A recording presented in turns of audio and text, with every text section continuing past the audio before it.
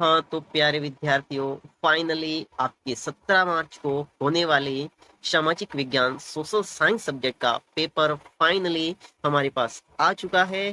तो जल्दी जल्दी सारे प्यारे विद्यार्थी हमारे चैनल अरावली एजुकेशन को सब्सक्राइब कर दें, वीडियो को लाइक कर दें, ताकि हम लोग जल्दी जल्दी इसका सॉल्यूशन है वो स्टार्ट कर सकें। ओके, तो आज के इस वीडियो के अंदर मैं आपको आपकी सोशल साइंस सब्जेक्ट सामाजिक विज्ञान विषय का पेपर सॉल्यूशन है, जो 17 मार्च वाला पेपर आपका होगा, उसका सॉल्यूशन यहाँ पे डिस्कस करूंगा। ये वीडियो इंग्लिश मीडियम और हिंदी मीडियम दोनों टाइप के विद्यार्थियों के लिए रहेगी, दोनों माध्यम के विद्यार्थियों के लिए रहेगी, क्योंकि इस वीडियो के अंदर सारे जो आंसर है वो मैं इंग्लिश मीडियम वालों के लिए भी इंग्लिश में बताऊंगा, हिंदी मीडियम वालों के लिए हिंदी में बताऊंगा। तो सारे विद्यार्थी, चाहे वो इंग्लिश मीडियम से हो चाहे हिंदी मीडियम से हो, तो सारे विद्यार्थी हमारे चैनल को एक बार सब्सक्राइब कर ले, ताकि हम लोग जल्दी ही इसका सॉल्यूशन है वो देख सके। तो चलो करते हैं आज के पेपर की शुरुआत। ओके, तो इसका सॉल्यूशन देखते हैं।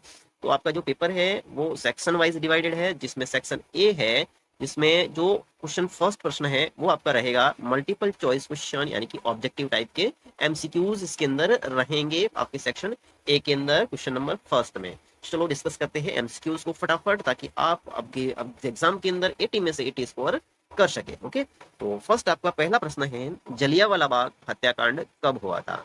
9 अप्रैल 1919, 10 अप्रैल 1919, 13 अप्रैल 1919, 19 अप्रैल 1919। तो पहले का जो सही उत्तर है वो है आपका 13 अप्रैल 1919। तो इंग्लिश मीडियम वालों के लिए भी 13 अप्रैल 1919 यानी कि ऑप्शन सी है वो इसका एकदम राइट आंसर रहेगा। नेक्स्ट है अगला प्रश्न, प्रश्न नंबर 2। प्रश्न नंबर 2 है, महात्मा गांधी ने कौन से गोलमेज सम्मेलन में भाग लिया था? प्रथम, द्वितीय या तृतीय, इनमें से कोई नहीं। तो इसका सही उत्तर है वो है आपका ऑप्शन ब, यानी कि द्वितीय गोलमेज सम्मेलन में भाग लिया था। तो यहाँ पे इंग्लिश मीडियम वालों के बच्चों के लिए रहेगा second table round table conference, ठीक है ना। यहाँ पे बी है वो इंग्लिश मीडियम वालों के लिए सही उत्तर राइट आंसर रहेगा। नेक्स्ट है अगला प्रश्न, प्रश्न नंबर 3। प्रश्न नंबर 3 है, प्रसिद्ध ब्रेटन वुड्स नामक संस्थान किस देश में है? अमेरिका, इंग्लैंड, दक्षिण अफ्रीका, चीन। तो जो ब्रेटन वुड्स जो फेमस प्लेस है वो कौन सी कंट्री में है? तो वो है आपका अमेरिका के अंदर, यानी कि ऑप्शन अ है वो एकदम सही उत्तर है। और सी आपका जो इंग्लिश मीडियम वालों के लिए है वो है आपका ऑप्शन ए, अमेरिका। नेक्स्ट बढ़ते हैं अगले प्रश्न की ओर। आपका प्रश्न नंबर 4। प्रश्न नंबर 4 है, निम्न में से इसे एक नए युग का पहला प्रतीक कहा गया है? ऊन, कपास, रेशम, जूट। तो नए युग का पहला प्रतीक कपास को कहा गया है, ऑप्शन ब है वो इसका एकदम सही उत्तर है। इंग्लिश मीडियम वाले बच्चों के लिए cotton, option B okay correct answer रहेगा। नेक्स्ट बढ़ते हैं अगले क्वेश्चन की ओर। प्रश्न नंबर 5। प्रश्न नंबर 5 है, पटसन व पटसन से निर्मित सामान पटसन से निर्मित सामान का सबसे बड़ा उत्पादक देश कौन सा है? भारत, बांग्लादेश, चीन या श्रीलंका। तो पटसन या पटसन से निर्मित सामान का सबसे बड़ा उत्पादक देश है वो है आपका भारत, यानी कि ऑप्शन अ है वो इसके एकदम सही उत्तर है। इंग्लिश मीडियम वालों के लिए A, India. Okay, next question number 6। इस देश में सत्ता का बंटवारा सामाजिक समूहों में से होने पर सामुदायिक सरकार दिखाई देती है? Sri Lanka, Bharat, Belgium, Britain. तो इसका सही उत्तर है वो है ऑप्शन स, बेल्जियम, यानी कि स ऑप्शन का सही उत्तर है। इंग्लिश मीडियम वालों के लिए ऑप्शन सी, यानी कि बेल्जियम। ओके, नेक्स्ट बढ़ते हैं अगले क्वेश्चन की ओर। अगला प्रश्न है प्रश्न नंबर 7। एक विचारधारा जो अधिकारों एवं अवसरों के मामले में स्त्री व पुरुष को बराबर मानती है, वह विचारधारा कौन सी है? सांप्रदायिक विचारधारा, नारीवादी विचारधारा, तानाशाही विचारधारा या जातिवादी विचारधारा। तो वो विचारधारा है नारीवादी विचारधारा, जो स्त्री और पुरुष को अधिकारों एवं अवसरों के मामले में समान मानती है। तो ये ऑप्शन ब है वो इसका सही उत्तर है। और इंग्लिश मीडियम वालों के लिए फेमिनिस्ट, यानी कि ऑप्शन बी है वो इसका एकदम करेक्ट आंसर है। नेक्स्ट आपका क्वेश्चन, प्रश्न नंबर 8। 7 पार्टी अलायंस का संबंध किस देश से रहा है? तो श्रीलंका, नेपाल, भारत, पाकिस्तान। तो 7 party alliance is associated with which country? तो वो है आपकी नेपाल। ये नेपाल का एक गठबंधन सरकार पार्टी है, ठीक है ना। तो ये ऑप्शन ए है वो इसको ब है वो इसका एकदम सही उत्तर है, नेपाल। नेक्स्ट बढ़ते हैं अगले क्वेश्चन की ओर। अगला प्रश्न है आपका प्रश्न नंबर 9। प्रश्न नंबर 9 है, बाजार में उपभोक्ता के लिए नियमों और विनियमों की आवश्यकता होती है। तो मार्केट के अंदर जो कंज्यूमर होते हैं उनके लिए रूल्स एंड रेगुलेशंस की जरूरत क्यों होती है? तो उपभोक्ता की सुरक्षा के लिए, उपभोक्ता के शोषण के लिए, उपभोक्ता के आकर्षण के लिए, उपभोक्ता के साथ में अनुचित व्यवहार के लिए। तो वो होता है उपभोक्ता की सुरक्षा के लिए, कंज्यूमर की प्रोटेक्शन के लिए। ऑप्शन अ है वो इसका सही उत्तर है। इंग्लिश मीडियम वालों के लिए ऑप्शन फर्स्ट अ ए है, फॉर कंज्यूमर्स प्रोटेक्शन, ये सही उत्तर है, इसका राइट आंसर है। नेक्स्ट बढ़ते हैं अगले क्वेश्चन की ओर। अगला प्रश्न है आपका प्रश्न नंबर 10। भारत में इसके द्वारा करेंसी नोट जारी किए जाते हैं। ऑप्शन अ बैंक ऑफ इंडिया, ऑप्शन ब State Bank of India, option स Reserve bank of India, option द यूनियन बैंक ऑफ इंडिया। तो भारत के अंदर जो करेंसी नोट्स है वो किसके द्वारा इशू किए जाते हैं? तो वो किए जाते हैं RBI, reserve bank of India. Option स है वो इसका एकदम सही उत्तर है। और इंग्लिश मीडियम वालों के लिए रहेगा option C, reserve bank of India, RBI. Next है अगला क्वेश्चन, क्वेश्चन नंबर 9। कौन सा प्रगलन उद्योग भारत में दूसरा सर्वाधिक महत्वपूर्ण धातु शोधन उद्योग है? लौह अयस्क प्रगलन, एल्यूमिनियम प्रगलन, तांबा प्रगलन, सीसा प्रगलन। तो इसका सही उत्तर है वो है आपका ऑप्शन ब, यानी कि एल्यूमिनियम प्रगलन। इंग्लिश मीडियम वालों के लिए रहेगा option B, aluminium smelting. Okay, next बढ़ते हैं अगले क्वेश्चन की ओर। अगला प्रश्न है आपका प्रश्न नंबर 12। प्रश्न नंबर 12 है, निम्न में से कौन सी कंपनी एक से अधिक देशों में उत्पादन पर नियंत्रण एवं स्वामित्व रखती है?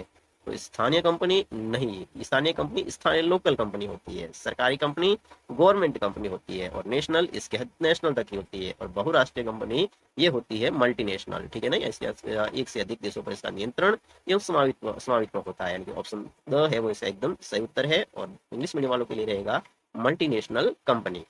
नेक्स्ट बढ़ते हैं अगले क्वेश्चन की ओर।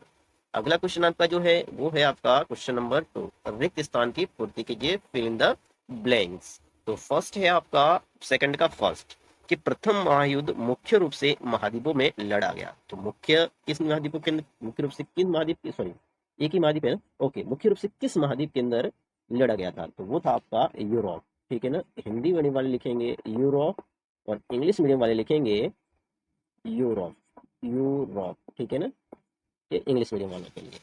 नेक्स्ट बढ़ते हैं अगले प्रश्न में। अगला प्रश्न है आपका सेकंड वाला, सुंदर लेखन की कला कहलाती है। तो सुंदर लेखन की कला क्या कहलाती है? तो उसको बोलते हैं कैलीग्राफी। ठीक है, उसको सुंदर लेखन की कला को बोलते हैं कैलीग्राफी, और इंग्लिश मीडियम वाले लिखेंगे कैलीग्राफी। पेन थोड़ा सा डार्क चल रहा है, इसको थोड़ा सा छोटा कर देते हैं अपने बारे में, ताकि लिखने में सही रहेगा। चलो, आपका थर्ड क्वेश्चन है वो है, सन में श्रीलंका स्वतंत्र राष्ट्र बना? तो 1948 के अंदर स्वतंत्र राष्ट्र बना। इंग्लिश मीडियम वाले भी लिखेंगे 1948, दोनों के लिए सेम है। नेक्स्ट है आपका सेकंड का 4। यूएनडीपी द्वारा प्रकाशित मानव विकास रिपोर्ट देशों की तुलना शैक्षिक स्तर और एक यहाँ पे एक और आएगा, प्रति व्यक्ति की आय के आधार पर करती है। तो यूएनडीपी जो एचडीआई ह्यूमन डेवलपमेंट जो रिपोर्ट जारी करता है, उसकी जो क्राइटेरिया होता है, उनकी जो कंपेयर करना, कंट्रीज को कंपेयर करने का, वो 3 होते हैं। ठीक है ना, उसमें से आपका फर्स्ट दिया हुआ है शैक्षिक, दूसरा दिया हुआ है प्रति व्यक्ति, और तीसरा इसके अंदर बाकी है, तो वो है आपका जीवन प्रत्याशा। ठीक है ना, तो इसको ऐसे लिखेंगे जीवन, इस पर वाले को हटा देता हूँ मैं ना, एक बार इसको हटा देता हूँ, जीवन प्रत्याशा, ये हिंदी मीडियम वालों के लिए है। और इंग्लिश मीडियम वाले लिखेंगे इसके अंदर, वो लिखेंगे इसके अंदर, यहाँ कहाँ लिख के बताता हूँ मैं इसको, यहाँ लिख के बता देता हूँ ना। इंग्लिश मीडियम वालों के लिए आपको लिखना है इसके अंदर यहाँ लाइफ एक्सपेक्टेंसी। ठीक है ना, तो क्या क्या होती है? एक तो होती है हमारी एजुकेशन, लाइफ एक्सपेक्टेंसी और पर कैपिटा इनकम। ठीक है, नेक्स्ट बढ़ते हैं अगले क्वेश्चन की ओर। अगला क्वेश्चन है आपका क्वेश्चन नंबर 5। प्रणाली में मुद्रा का उपयोग किए बिना वस्तु का विनिमय होता है। तो ऐसा कौन सा सिस्टम है जिसमें हम लोग मनी का यूज नहीं करते हैं गुड्स को एक्सचेंज करने के लिए? तो वो होता है आपका वस्तु विनिमय। तो हिंदी मीडियम वाले बच्चों के लिए रहेगा आपका वस्तु और विनिमय। ठीक है ना, वस्तु विनियम। ठीक है ना, वस्तु विनिमय। और इंग्लिश मीडियम वालों के लिए रहेगा आपका वो रहेगा, इसको बोलते हैं बार्टर सिस्टम। ठीक है ना, बार्टर सिस्टम, और सिस्टम आगे लिखा हुआ है, सिर्फ बार्टर ही आपको लिखना है, ठीक है ना, बार्टर सिस्टम। नेक्स्ट है क्वेश्चन नंबर 6। क्वेश्चन नंबर 6 है 24 दिसंबर 1986 में भारतीय संसद में अधिनियम पारित किया गया। तो 24 दिसंबर को क्या मनाया जाता है? कंज्यूमर डे, ठीक है ना।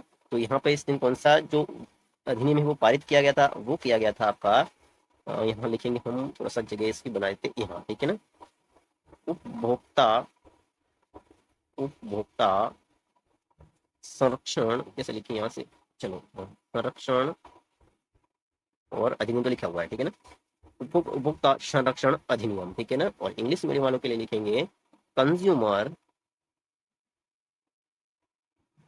प्रोटेक्शन एक्ट आगे लिखा हुआ है, ठीक है ना। तो 24 दिसंबर 1986 को कंज्यूमर प्रोटेक्शन एक्ट है उसको पास किया गया था इंडियन पार्लियामेंट के द्वारा। नेक्स्ट बढ़ते हैं अगले क्वेश्चन की ओर। अगला क्वेश्चन है आपका question number third. Question number third है अति लघुत्रात्मक यानी कि very short answer type question, जिसके आंसर आपको एक शब्द के अंदर वन वर्ड में या फिर वन लाइन के अंदर एक लाइन में करने हैं। तो इसके आंसर देखते हैं। फर्स्ट आपका है थर्ड का, वो है कि 1860 के दशक में किस देश के गृह युद्ध के कारण भारत ने से कच्चे कपास के निर्यात में वृद्धि हुई थी? तो वो कौन सा देश था जिसके साथ में युद्ध होने की वजह से भारत के कच्चे कपास में निर्यात में वृद्धि हुई थी? तो वो था आपका अमेरिका, ठीक है ना, अमेरिका। हिंदी मीडियम वाले लिखेंगे अमेरिका और इंग्लिश मीडियम वाले लिखेंगे अमेरिका, इस तरह से। ओके, ये दोनों के लिए मैंने लिखवा दिया अमेरिका। नेक्स्ट है आपका सेकंड, थर्ड का सेकंड है अंतरराष्ट्रीय पुनर्निर्माण एवं विकास बैंक को अन्य किस नाम से जाना जाता है? तो international bank for reconstruction and development, उसको और किस नाम से जाना जाता है? तो उसको जाना जाता है विश्व बैंक के नाम से, ठीक है ना, विश्व बैंक। और इंग्लिश मीडियम वालों के लिए लिखना था आपको वर्ल्ड बैंक, ठीक है ना। और इसका हेडक्वार्टर कहाँ पर है? आप बता दीजिए फटाफट कि इस वर्ल्ड बैंक का हेडक्वार्टर है वो कहाँ है? ये इसका आंसर है, मुझे कमेंट सेक्शन में आप जरूर बताएं। नेक्स्ट आपका question number third, Johannes Gutenberg ने किस यंत्र का आविष्कार किया था? तो वो क्या चीज थी जिसका आविष्कार जोहानिस गुटेनबर्ग ने किया था? तो हिंदी मीडियम वालों के लिए इसका आंसर है वो मैं यहाँ लिखा हूँ, ठीक है ना। तो उसका आविष्कार किया था यांत्रिक चलन प्रकार मुद्रण प्रेस, ठीक है। और सॉरी, प्रेस के अंदर शाउल आएगा, ठीक है। और इंग्लिश मीडियम वालों के लिए आपको इसी को इंग्लिश में ट्रांसलेट करके लिखना है। तो उसमें लिखना था आपको यांत्रिक यानी कि मूवेबल टाइप प्रिंटिंग प्रेस, ठीक है। नेक्स्ट बढ़ते हैं अगले क्वेश्चन की ओर। अगला क्वेश्चन है आपका क्वेश्चन नंबर 4। क्वेश्चन 4 है आपका दीनदयाल पतन कौन से राज्य में स्थित है? ये पतन नहीं होगा, ये होगा पोर्ट।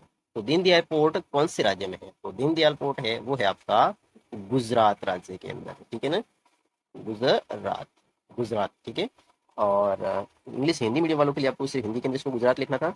और इसी को एक और नाम से जाना जाता है जिसको हम बोलते हैं कांडला पोर्ट, कांडला, कांडला, ठीक है ना, कांडला पोर्ट, यहाँ पे एल है, कांडला पोर्ट, ठीक है। कांडला पोर्ट का दूसरा नाम दीनदयाल उपाध्याय पोर्ट है। तो इसी को, ये कहाँ पर है कांडला पोर्ट? ये है गुजरात के अंदर। तो इसका मतलब बन जाएगा आपका गुजरात। नेक्स्ट है आपका 5, जहां भूमि पर जनसंख्या का दबाव अधिक होता है वहां पर की जाने वाली कृषि का नाम बताइए। तो वो कृषि होती है, उसको कहते हैं, हिंदी मीडियम वालों को लिखना था गहन कृषि, ठीक है ना, हिंदी मीडियम वालों को लिखना है गहन, या फिर इसी को बोलते हैं सघन, उसको कृषि, ठीक है ना, ठीक है। हिंदी वालों को लिखना है गहन या सघन कृषि। और इंग्लिश मीडियम वालों के लिए लिखा है, उनको लिखना है इंटेंसिव, इंटेंसिव फार्मिंग, ये इंग्लिश मीडियम वालों के लिए लिखना है।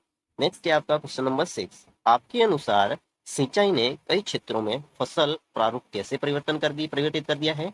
संक्षिप्त में बताना है, यानी कि आपको एक ब्रीफ के अंदर शॉर्ट में इसको बताना है। तो ये आपको आंसर बुक के अंदर लिखना है, तो इसको याद करके आप जा सकते हैं।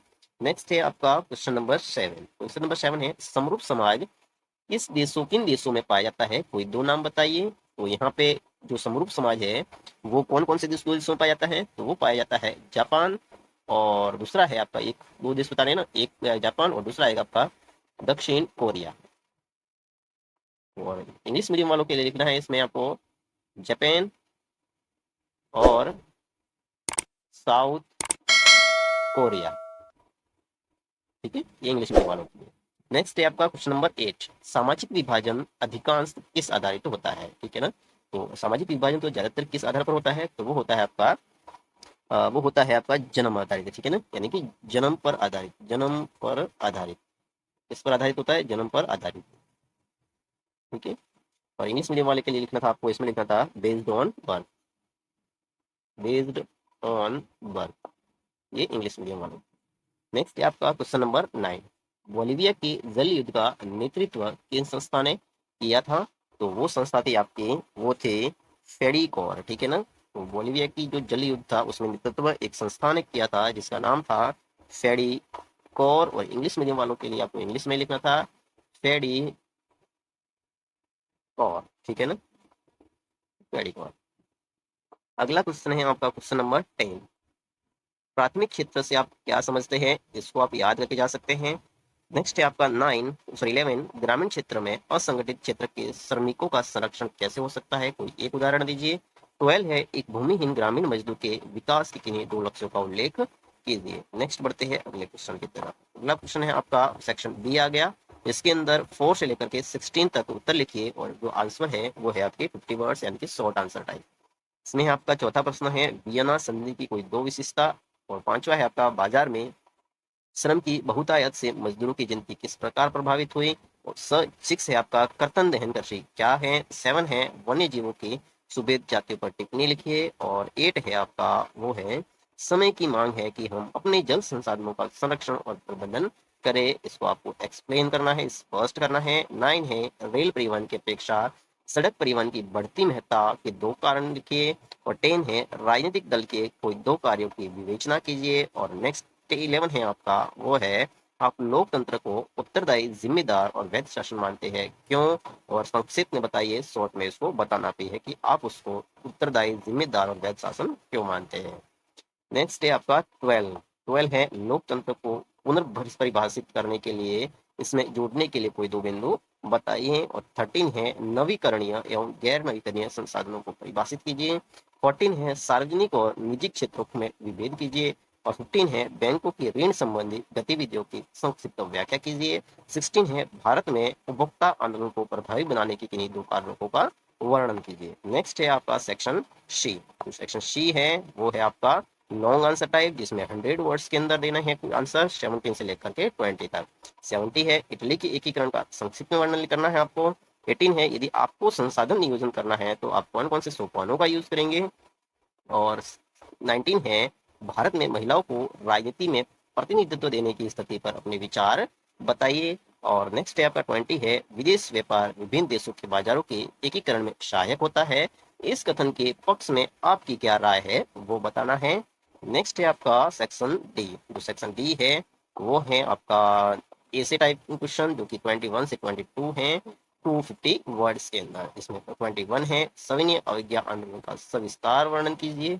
इसी के ऑप्शनल में है राष्ट्रवाद का विचार भारतीय लोक कथाओं को पुनर्जीवित करने के आंदोलन से भी मजबूत हुआ, कथन के पक्ष में अपने राय देनी है, अपने तर्क देने हैं। 22 है संघवाद का अर्थ बताते हुए संघीय व्यवस्था के गठन के तरीकों को उदाहरण सहित समझाइए। और उसी का ऑप्शनल में भारत में संघीय व्यवस्था के विविध स्तर बताते हुए इनमें शक्ति वितरण की सूचियों की विवेचना कीजिए। नेक्स्ट बढ़ते हैं अगले क्वेश्चन की तरफ। अगला क्वेश्चन है आपका क्वेश्चन नंबर 23, जो कि प्रश्न का उत्तर दिए गए मानचित्र में दीजिए। यहाँ पे आपको मैप के अंदर आपको आंसर करना है। दिए गए भारत के रेखा मानचित्र में निम्नलिखित लौह अयस्क खानों को अंकित करनी है। जैसे फर्स्ट है कुद्रेमुख, रत्नागिरी, चित्रदुर्ग और गोवा। इनको आपको इंडिया के मैप के अंदर लोकेट करना है। ठीक है, इसी के ऑप्शनल में है आपका कि दिए गए भारत के रेखा मानचित्र में निम्नलिखित लौह अयस्क खानों को अंकित कीजिए। यहाँ पे लौह अयस्क की जो खाने हैं उनको लोकेट करना है, जैसे कि बेल्लारी, चिकमंगलुरु, बेलाडीला और मयूरभंज। इन सबको आपको इंडिया के मैप के अंदर इनको लोकेट करना है। तो thank you so much, have a nice day, happy Holi.